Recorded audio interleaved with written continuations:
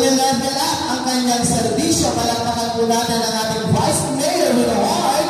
Palakpakan po natin Vice Mayor Fatima Oliva Navarro. Thank you, Ate Shami. Magandang umaga po.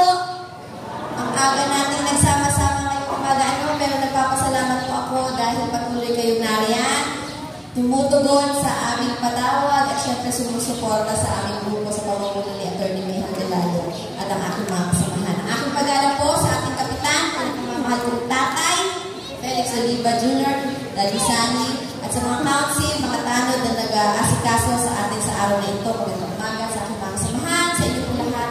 Magandang umaga sa inyo lahat. Tama po, malapit na, nararamdaman niyo na ba po na malapit na maipamigay ang pansin? Hindi naman po. Malapit na po. Ibabalik natin ang sigla, buhay at pag-asa po dito sa bayan ng Kapalonga. Nito mga nakaraang araw, mga nakaraang buwan, naranasan po natin ang matinding buhos ng ulan.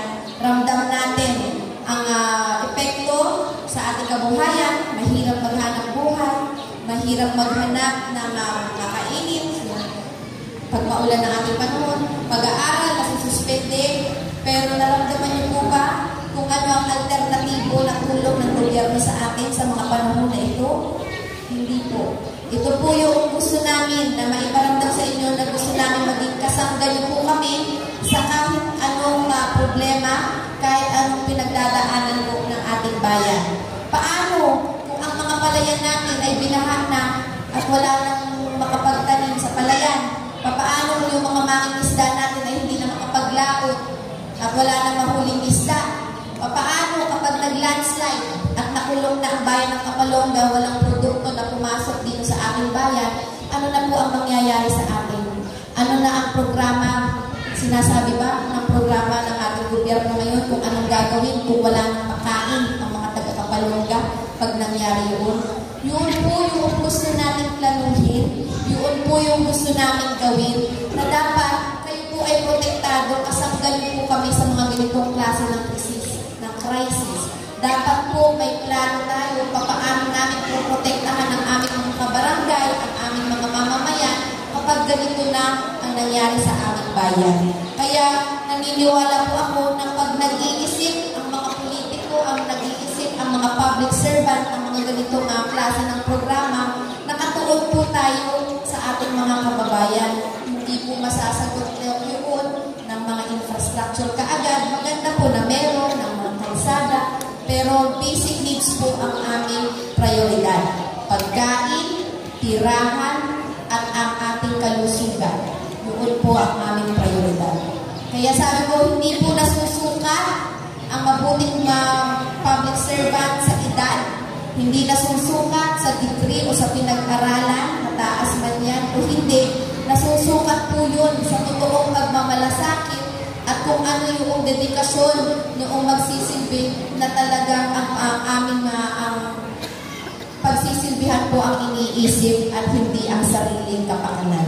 Kaya ako po, alam nyo naman na natapos ko ang naging SA Federation President, natapos ko po ang 3 termino ko bilang konsihal ng dahil sa inyo. Pero malakas po ang loob ko na umangat bilang Vice Mayor dahil alam ko po na malaki pa ang pangangailangan ng Kapalonga. May pangarap po ako para sa aking bayan at alam ko po na sa aking pinag-aralan at sa aking eksperyensya na pinagdaanan ay malaki na po ang maitutulong ko dahil level up na ang aking trabaho, Vice Mayor na po ng Kapalonga.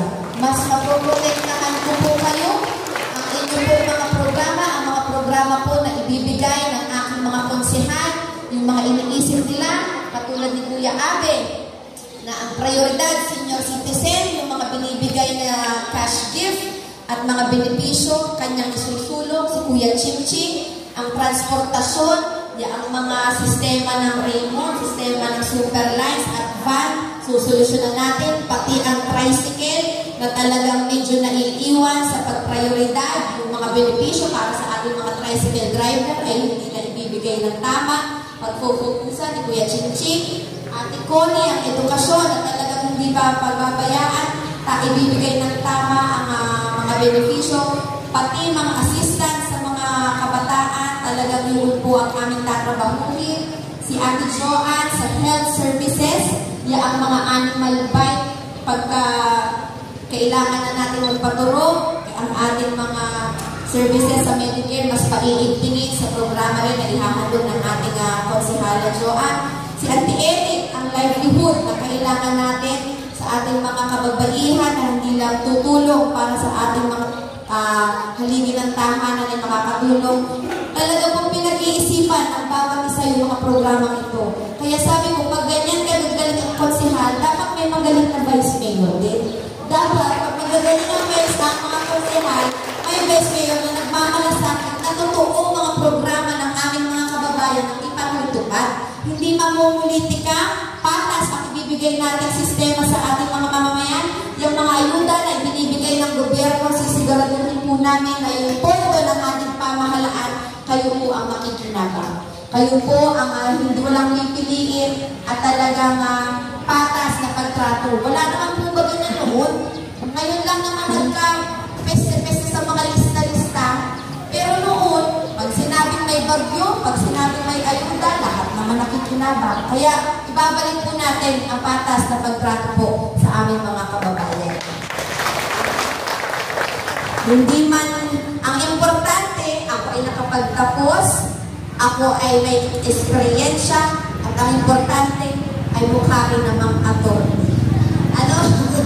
Attorney, pagdating sa session, hindi ko po kayo pinababayaan, patuloy na ipinaglalaban ko po kayo at talagang proprotektahan po natin ang karapatan ng ating mga kababayan. Bakit ko po ito sinasabi? Kailangan ko po ng tulong ninyo na makita ninyo kung ano ang kalalagayan ng ating bayan. Alam niyo po dapat yung mga nangyayari sa amin sa Sangguniang Bayan. Yung mga pondo kung saan namin nilalaan.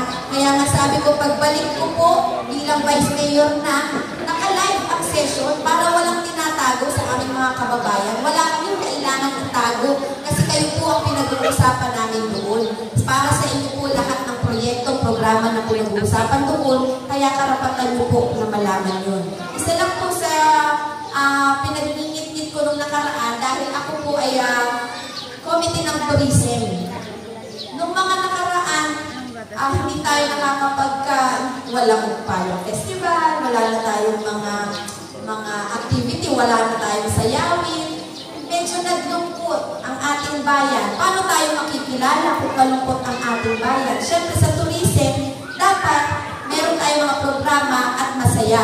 Isa po sa programang naisip ko nung nag-resolution ako, gumawa ako ng resolution na yung mga produkto na gawa ng ating mga kabarangay, katulad po ng balik, katulad po ng mga basket, ng mga taga-Kapalonga po ang gumagawa. Kasi yung mga walis na tayo gumagawa, pwede natin ibenta pagka may mga nagsisimba galing sa ibang lugar, pwede sanang makapagbigay ng trabaho sa ating mga kabarangay kababayan. Yung mga native po na mga produkto, pwede natin sanang pangsimula na makilala ang ating bayan at the same time, mayroong kabuhayan para sa inyo. Yun po nasa symbol, yun po dapat ay Tourism Information Booth. Yung nasa symbol na ngayon ay bar na, inuman. Kung napansin niyo po, yun po talaga ay nakalaan para lagyan ng mga produkto, mga souvenir na galing ng Kapalonga. Para kapag may mga turista na pumupunta dito, may ma-offer ang produkto ng Kapalonga, t-shirt, kung ano man ang maibibenta na produkto ng Kapalonga. Doon po dapat yung ilalagay. Kaya lang nalulungkot po ako, bakit naging inuman yun?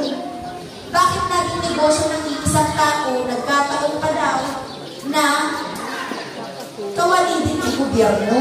Kaya sana po, kababayan natin ang nakikinabang, pero doon ang nakikinabang, politiko. Doon ang nakikinabang, nasa pamahalaan. Kaya yun po yung ibabalik natin sistema. Kung mapapansin niyo po, meron talaga doon, nakalagay, Tourism Information Book. Kaya maling-mali, nagnawa po na inuman o bar.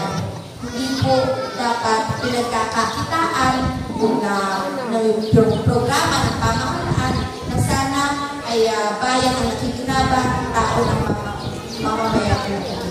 So ilan lang po ito sa mga gusto natin na ibalik, gusto natin itama, kaya sana matulungan niyo po kami at talagang mailunglong muli para nang sa ganoon maitama, maprotektahan po namin kayo at maibalik at tamang serbisyo po para sa aming mga mamamayan. Hindi po ako masyadong magpapapa.